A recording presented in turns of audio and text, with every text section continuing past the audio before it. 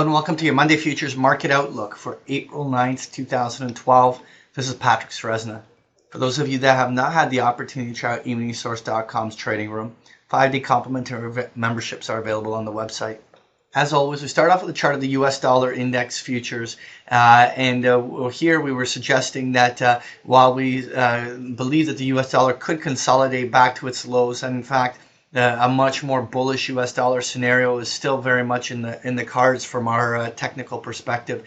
At this stage, we saw a very nice bottom the other week and subsequent reversal higher. At this stage, we are going to be watching to see if the US dollar here could follow through back up to the top end of the range, since it's coming from the bottom end of the range.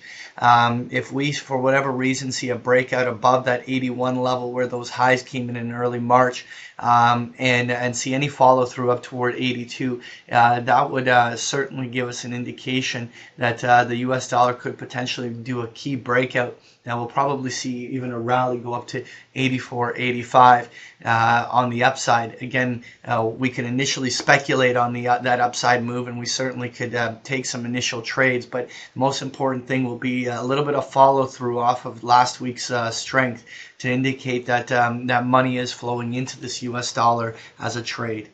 A lot of that US dollar strength is coming from the euro, so I want to take a look at that euro FX futures, and you can see how it was almost like this little head and shoulders pattern developed between February, March, and April. We're now sort of trading right toward a very important neckline around the 130 level on that euro. This is a crucial stage because if the euro begins any aggressive selling below 130, not only would the January lows of 127 be in the cards, but we could be looking for even a much more sustained drop in the euro that could even see not only 125 but maybe even 122 or 120 on the downside. Now it's a pretty big picture forecast, but that would certainly be what fuels the US dollar rally that we were just talking about in the previous slides.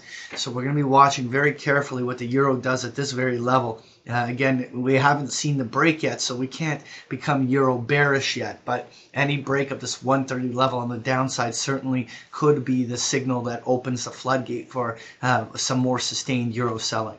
Next here, I want to take a look at that 30-year Treasury bond, and this was a very interesting pattern. We had initially a breakdown on the Fed minutes last week, but then the Treasury bond started being accumulated very aggressively almost immediately the day after.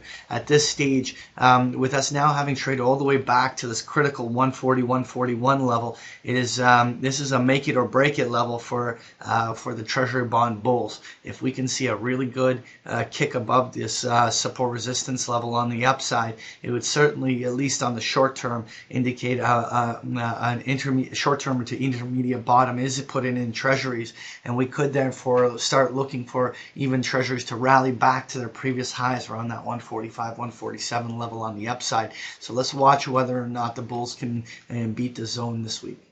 Next year, I want to take a look at copper futures, and copper has continuously banged its head on the overhead resistance level at the $3.90 to $4 level.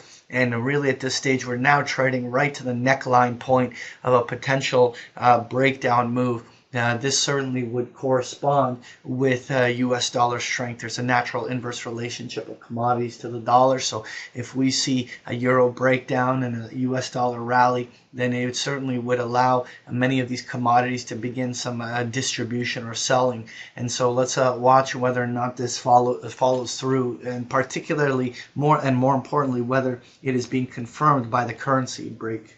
Next year, we're going to take a look at crude oil. Crude oil is actually coming to a key level. This 101 to 103 level, as much as it doesn't necessarily correspond with the November and December highs in crude oil, it sort of marks the key Fibonacci retracement zones that would act like support on almost all crude oil selling. And this is a crucial moment, because if crude oil here sells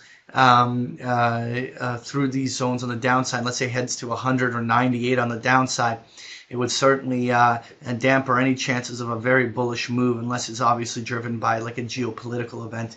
At this stage, if this bulls can't hold this line, then we will see some crude oil distribution. Next year, I want to take a look at gold futures, and surprisingly, gold futures are holding up a bit. We were identifying that key breakdown move that was occurring below the 1630 level right in here, but the bulls are trying to still save this one on that gold front. At this stage, if there is no follow through selling below 1630, then we could label that as a false start. We still want to see a sustained price action below 1630 to really be bearish down to 1540, 1560. So long as the bulls actually hold it up here, there's always a chance that gold may end up attracting some money as a hedge, and may in fact see a little bit of strength of recovery. So we're far more neutral on gold than we are on some of the other commodities. That brings us to wanting to look at the S&P 500. As always, we start with a weekly chart going back 3 decades, and we plot an 80-week moving average on there. It does a very good job to depict the bull and bear market cycles the market has gone through over those 30 years. In the last year and the year before, we had numerous false starts along that moving average that ended up just being a consolidation. At this stage, we are distinctly bullish and higher on this weekly chart. There's no indication of any new sustained bear market, and so therefore the bigger picture bias still has to recognize this primary uptrend. When we go to the daily charts of the S&P 500, there you can see a much different picture. While we are in the much bigger picture identifying a primary uptrend, one has to recognize that we are long overdue for a market correction. We've been looking for that. We were suggesting that those highs could come in along that 1420, 1440 level for a much needed 5 to 10% market correction. Really, now that we see like a little double top on those, and particularly since we saw a breakdown move now on that jobs number, we now see some potential selling that could come in, even if there's a temporary rally back to let's say the 1390 level on the short term. So long as there's no follow through, we could potentially sell even as low as the 1275 to 1290 on the downside. That doesn't actually have to be where a correction has to go. It could end in the 1320 to 1330 area. We'll mark that off next time as a focal point for our interest, but let's just see whether or not this jobs number data was sufficient to begin that much needed market correction. Just to make some observations on our key intermarket stance. In the bigger picture, we're actually longer term bullish the US dollar, even though on the short term we remain neutral. We would need to see some sort of sustained strength above that 81.50 to 82 area for us to go short term bullish as well as long term bullish on that US dollar.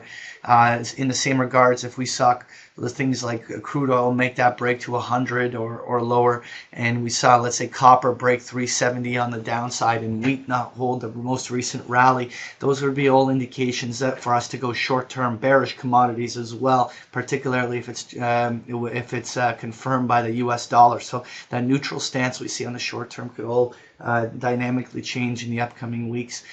In the same regard, bonds, if we see any sustained rallying above the 140, 141 level on those 30-year Treasury bonds, we would certainly become even short-term, potentially bullish on bonds.